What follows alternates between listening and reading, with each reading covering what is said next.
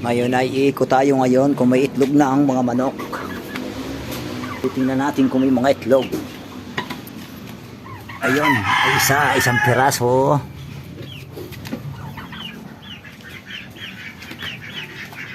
Wala kang itlog?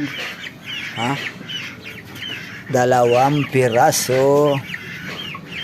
Maya na mga 45 days ko. Pang New Year namin. Pang New Year. Siguro marami itlog dun sa loob. Maghahanap tayo ng mga itlog na. 2 lang siguro isang araw makukuha natin ngayon. Dapat 5. Diyan sa silong. Wop, 3 piraso.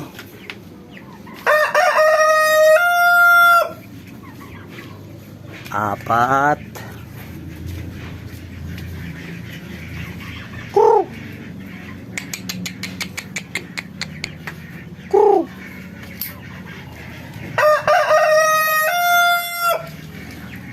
Limang piraso lang. Sana yung ibang manok ko? Dito naman tayo sa itlog ng mga itik.